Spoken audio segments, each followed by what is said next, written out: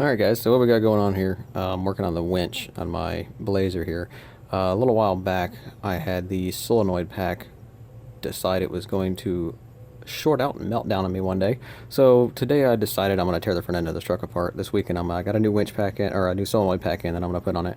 But I wanted to tear the front end of the truck apart and get access to the winch so I could put power to it and actually test the winch, bench test the winch without the solenoid pack to make sure the winch itself didn't fry. And I've seen a couple of videos on YouTube, and some of them were some of them were pretty explanatory, some of them were kind of vague. I couldn't find one specifically about this Smitty built XRC8 that I have, but they're all, as far as the series wound winches go, where you have the 3 posts, they're all pretty much going to be set up pretty much identical to this. And it's actually pretty straightforward. The only thing you're going to need a set of jumper cables to get some power between the winch and the battery you're going to be using. I would suggest a separate battery. If you're afraid the winch is shorted, you probably don't want to dead short the battery that's in your vehicle. If you have a spare battery, use it. And a bolt will help you well, in my case anyways. The reason the bolt's going to help me in my case is because I already have leads attaching to the winch. And I'm going to be testing at those leads instead of hooking the jumper cables directly to the winch itself. I'll show you what I mean here in a minute. And then just some socket and wrench just to tighten this bolt down and hold those 2 wires together. I've already free spooled my winch a little and got some cable out. You of course want to use the free spool method while you're doing this at first, because you don't know which way the winch is going to spin. That way, you know, presuming the winch does work and your cable is spooled all the way in, you don't want to start winching in on accident and in turn burn your winch motor up when in fact it was good the whole time.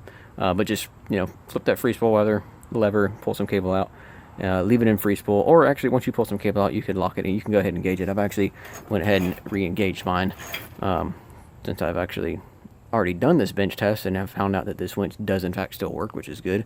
But I wanted to grab my camera and show you guys how to do this real quick. It's pretty quick and easy. It only takes a couple of minutes, and I'd hate to throw a new winch pack on here, or solenoid pack, just to find out that I burnt the winch motor up when the solenoid pack shorted out. But alright, let me get to it real quick. I'll show you what I'm talking about here. As far as the leads go that I was talking about earlier, there's 3 leads on this series wound. This Smittybilt XRC8 is a series wound winch, meaning no permanent magnets. It uses basically the coil of wires is excited by the battery. That's what gives it its magnetic charge, and so on and so forth. I'm not an electrical engineer. I'm not going to go any further in explaining that because I really don't know how. But anyways, like I said, what happened was my winch pack shorted out, or the solenoid pack. As you can see, some wires got pretty toasty. My main ground that goes to the battery, and this lead that actually goes to this 3rd post here on the winch. It's actually got pretty hot on the winch there too. And then there's the other 2 leads that are going, basically the 2 that are on the side of the winch, and then there's one back here.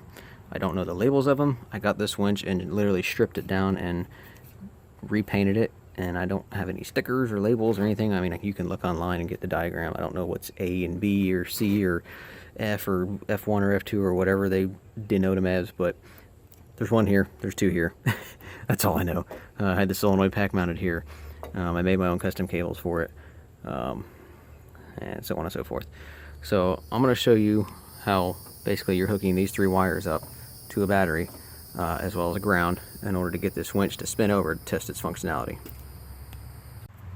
I would of course suggest wearing gloves.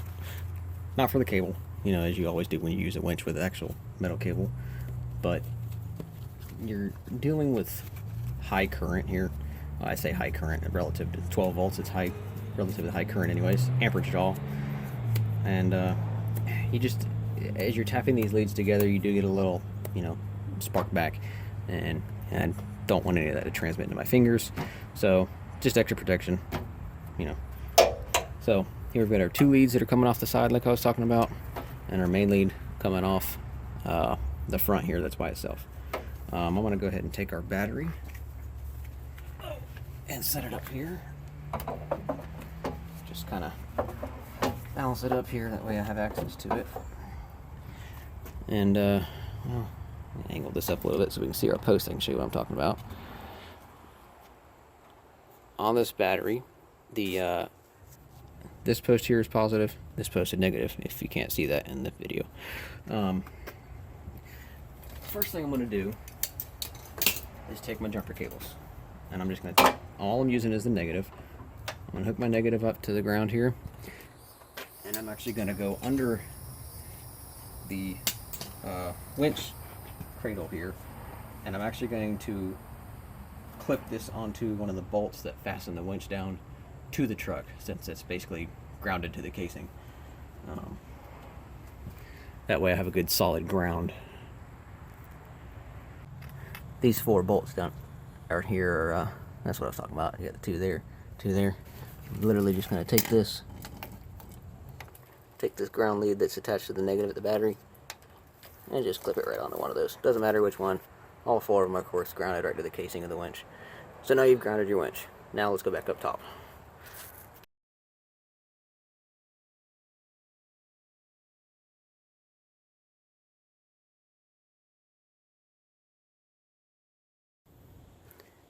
Alright, now's where we're going to start connecting wires together and energizing the winch to make it move. I'm going to grab my bolt and my wrenches here so I can connect these together. The ones you want to connect, that one that's hanging out here by itself towards the end of the winch, that's the one you're going to be basically bouncing back and forth and connecting to the other 2 here. Depending on which one you connect it to is going to make the winch go in or out. I of course don't have these labeled. I'm sure a diagram somewhere tells you, oh, connect it to this one to make it go in, connect it to this one to go out for this bench test procedure, but we're just going to wing it. Connect it to one, it'll go one way, connect it to the other one, it'll go the other way. So I'm going to go ahead and take my nut and bolt here, and washers just for shits and giggles. Let's put it through there. I'm just going to pick one. Let's pick this back one here, which is actually the bottom lead on the back side of the winch. Put that through there. Set a washer on here, tighten it down. Now, these don't have to be super tight. They're literally just holding themselves together for the test and making sure these wires stay connected to each other. But of course you don't want them falling off either. Now, this winch is still bolted to the vehicle. That being said, it's still grounded to the vehicle, and there still is a ground wire, like we just connected, going to the casing of the winch. So when we energize this, it's going to put some voltage to this. Don't let this touch the body, bumper, frame, anything around it, winch casing, because we are going to put a little voltage to this when we do this. So make sure you keep that out away from everything. Right now there's nothing to it, it doesn't matter because we haven't hooked anything to it, it's strictly grounded. But all that's left to do at this point is obviously make sure your winch is clear or that's in free spool. I'm going to lay my cable out here real quick. Mine is not free spooled right now. It is engaged, the clutch is engaged, and all we have to do is take this one wire, tap it to that positive lead.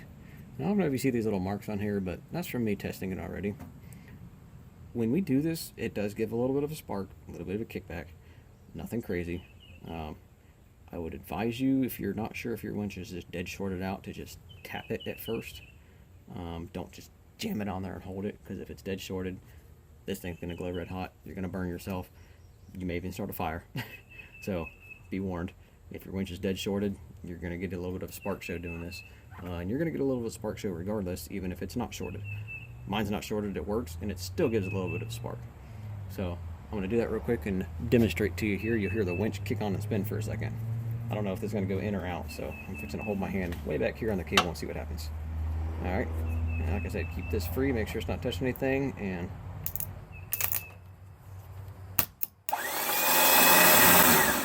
that actually winched out. I notice I have to rub it on there a little bit because it's getting a bad connection. I just don't have a good connection on this terminal right here. So I'm going to swap this cable around. I'm actually going to attach, of those 2 leads, I think I have the bottom one attached now. I'm actually going to flip it around and attach the top one to that center post over there and attach and connect the other one to the positive lead here. And it's going to make the winch go the other way. It's going to winch in at that point. Right now it's winching out with this configuration. Hook it up to this cable, it's going to winch in. So let's do that real quick.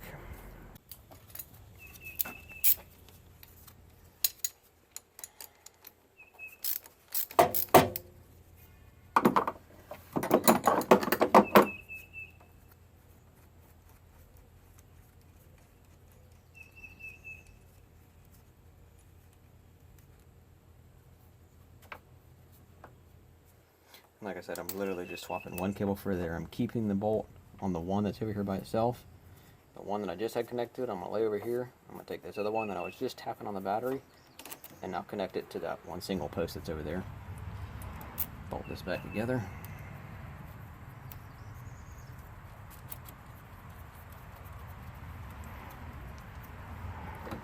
Again, does not need to be super tight, just tight enough to where these wires aren't going to wiggle around. But you want a good connection on here as well, obviously, for the sake of conductivity. And now that one wire, make sure this isn't touching anything. And we take our one wire resistance connected, and same thing. And now that's winching in instead of out, because we're going the opposite way. Just for sake of being secure, I'm going to put this on here because it's plastic and it's not conductive, because this little guy's trying to move around on me while I continue to winch this in. Because what I'm going to do here now, now that I got this to a spot where I can winch in, I am actually going to go ahead and spool this cable the rest of the way in, so I could, you know, not have this massive cable hanging out of the front of the truck for the time being, and go ahead and get the winch tidied up.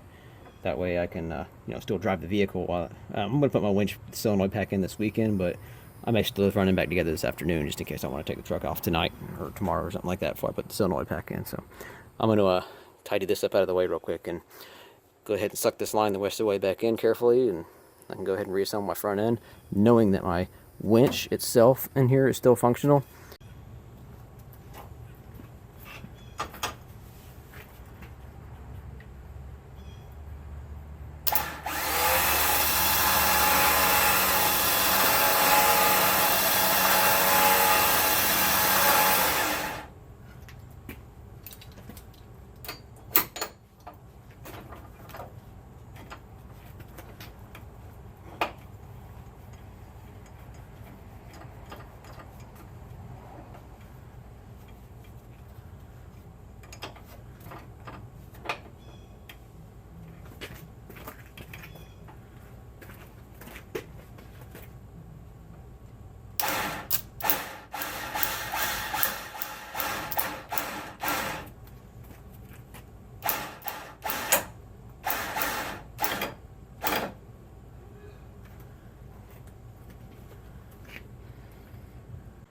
Alright, so we've at least got our winch tidied back up now, knowing that the motor, in fact, in it is not burnt up.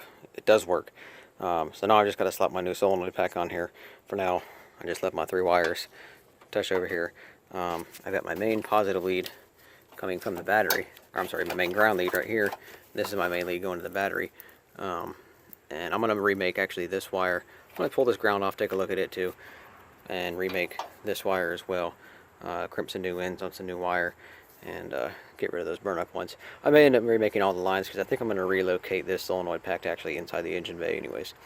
But as it is, I can safely know that I can throw the front end back together, you know, minus the solenoid pack, and know that I at least have a good functioning winch in there. Well, at least winch motor that works, and just have to replace the solenoid pack. Hopefully that helps somebody figure that out. Not be scared to, you know, grab a battery and start touching wires to these things. There is, you know, a specific way you need to hook it up, but you also don't have to be scared of it. Yes, it pulls current, good amount of current, but at the same time it's only 12 volts. It's not going to hurt or injure you. Of course, there's always the chance, you know, of electrical fire. If things get hot and a dead short, then you could possibly be injured. But as far as just tapping the leads to the battery, you're going to be fine. And like I said, you could save yourself a lot of time and hassle, possibly money, just being able to test your winch motor to know if it works or not. Not knowing that the winch actually worked, I could have just replaced the winch and spent, you know, however much money on a new winch. When it turns out all I needed was, you know, the solenoid pack that I bought here. But anyways, thanks for watching. You know, hit that thumbs up if you liked it, obviously. Subscribe if you want. I don't post a whole lot, but I'm going to start posting a lot here, videos here very soon, in the coming months. That little 4.3, she's going bye-bye. I've got a special plan for this little truck here.